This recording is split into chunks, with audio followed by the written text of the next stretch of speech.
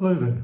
Today we're going to be talking about the Esterbrook Estie, and we're going to be looking in particular at their journaler nib, which I'm delighted to say we have an example of here.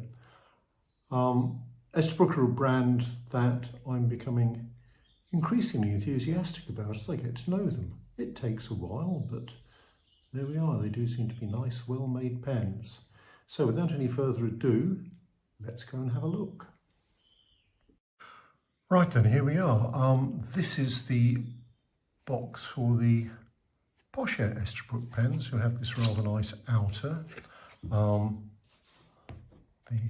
less expensive ones have this somewhat wholemealy outer, but there we are. But inside the box it's the same. The box is the same, so you get this red cloth coloured box, and very nice it is too. And inside we have the pen. Now, Esterbrook are noted for the very, very bright and spectacular resins that they use for their pens. Some of them extremely attractive actually. But of course I've gone for a black one here to demonstrate this, because this one actually has a stub nib on it. So let's just find out a little bit more about it, because this isn't just any stub. Where are we? So, the Custom Nib Studio. This is actually, does it tell you who's done it? Yes. Okay, so this nib has actually been ground by Gina Salarino. Gina, I think. There we go. So, if you're looking for a special nib, go for one of these. Looking at the pen, I mean, it's a design that I like very much. Some of you that follow my videos will know I'm a great enthusiast for sailor pens, and the King of Pen is one of my favourite, and my goodness me, there's a hint of that here, isn't there? No decoration. I mean, it's got the clip, it's got Esterbrook in gold-filled letters there. We open it up, and one of the first things we notice, wait for it, is it's a spring-loaded cap basically, so you get a particularly firm contact with the cap liner, so you're not going to get this pen drying out.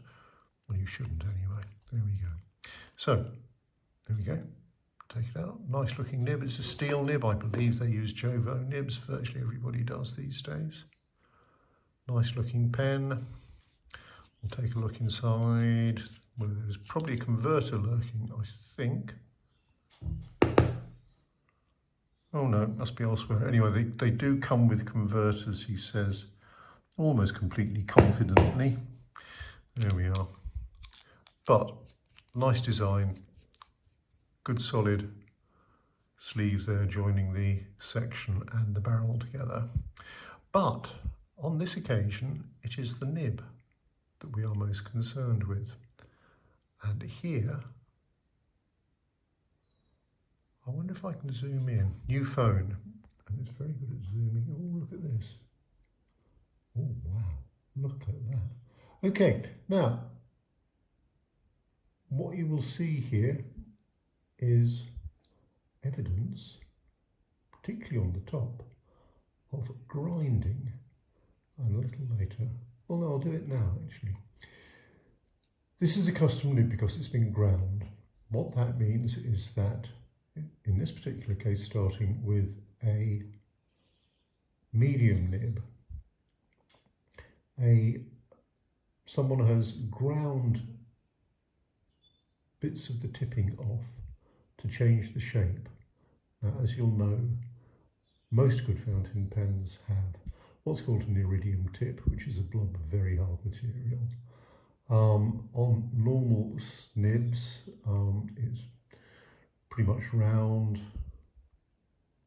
and is polished, but otherwise not much worked on. This has been worked on both top and bottom to change the shape of it. So it started life as an ordinary nib, and Gina Salarino has ground this to give a stub nib, and in a little time we'll explain a bit about what a stub nib is and the difference between a stub and an italic, and we'll probably talk about forgiveness. There we go. So, but anyway, as you can see, a nice looking pen with an interesting nib, and I think we'll now attempt to do a little bit of writing. There we go.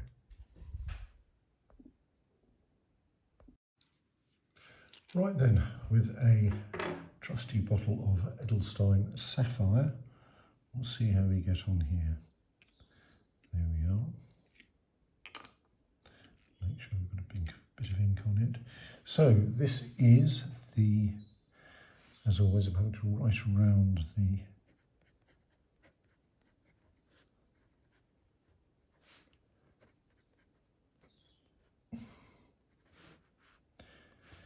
journaler.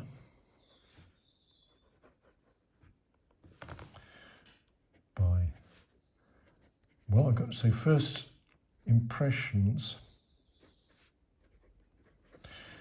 are that it's a really nice nib to use, actually. It's very smooth, very comfortable. Nothing really does much to improve my handwriting, I'm afraid, but there we are. That's almost legible, I think. So it's been ground on a medium nib to give a bit of line variation. So let's see whether we get that. Oh yes, we do. That's nice. Nothing too pronounced. Now, the point with this journaler nib is that it's meant to aid, as the name suggests, journalers who obviously don't want to have huge, great nibs because their writing would have to be quite large, and therefore they would fill up their journal very quickly. And you want to get a few words in if you're a journaler, or pictures, incidentally, or pictures, why not? This nib, as I say, is based on a medium, and it just adds that little bit of interest to the writing without overpowering the page. So I would say this is a very pleasant nib to use. Gina Salarino, I think, is based in Los Angeles.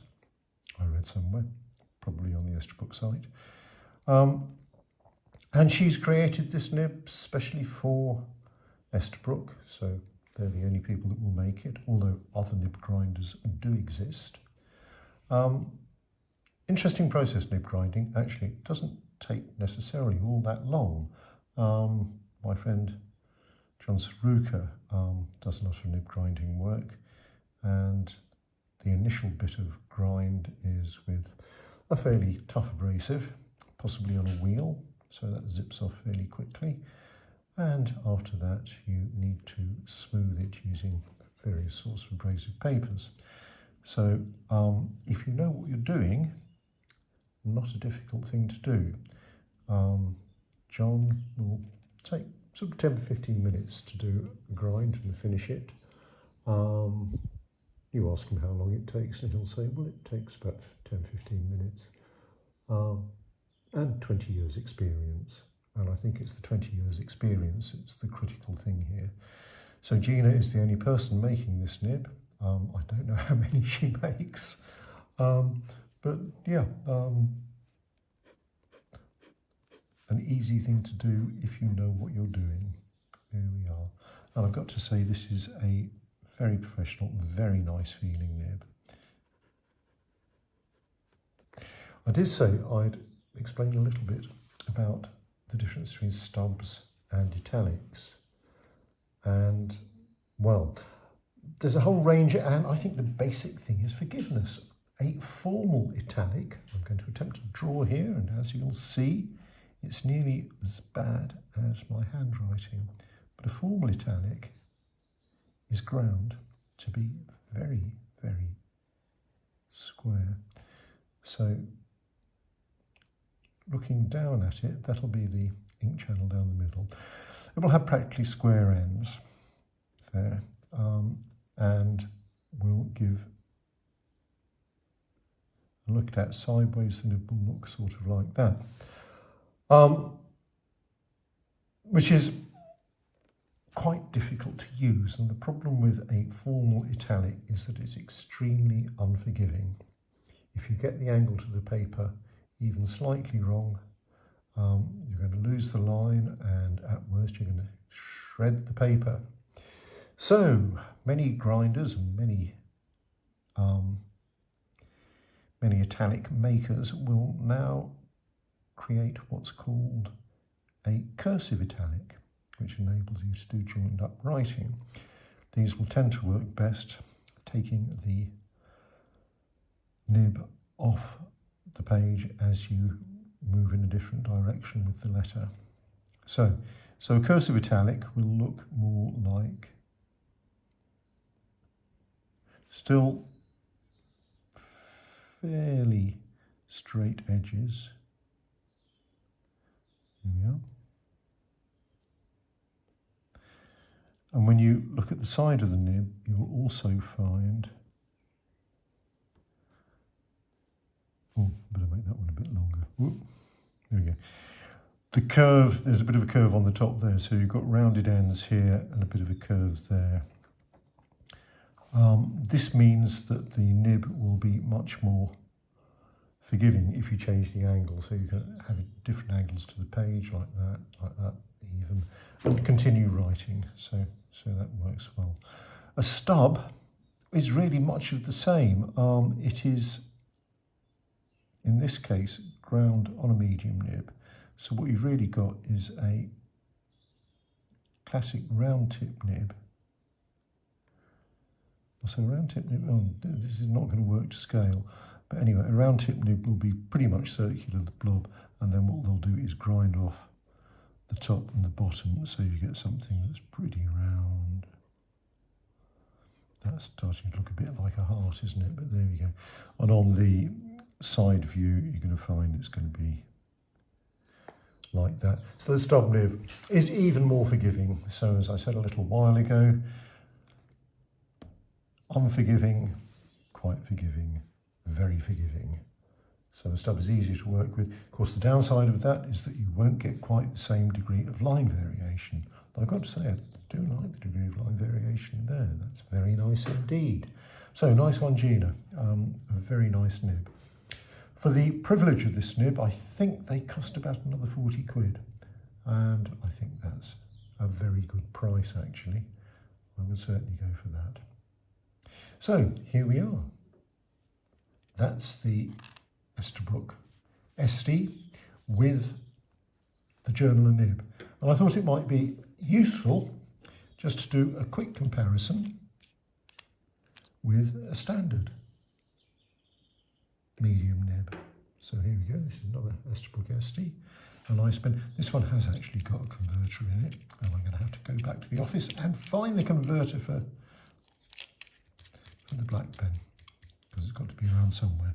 There we go. Okay, so put that in there. So let's just move this a bit.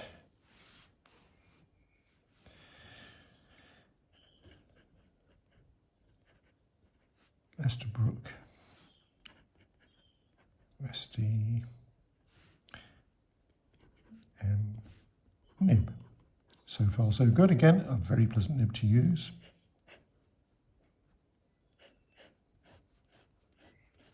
And as you'll see, not nearly so much line variation there, if any, to be honest. But a very pleasant nib to use again, very smooth. Yes, it will do numbers too, as will the journaler. There we are. So we're talking about Esterbrook Esties. I'm going to do some more videos actually, because they do a couple of other specialist nibs.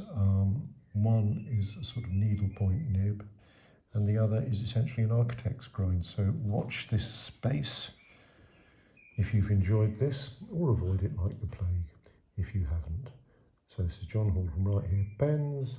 I've been looking at the Esterbrook Estie, particularly with the journaler nib. And yeah, more to come. Thank you very much for watching.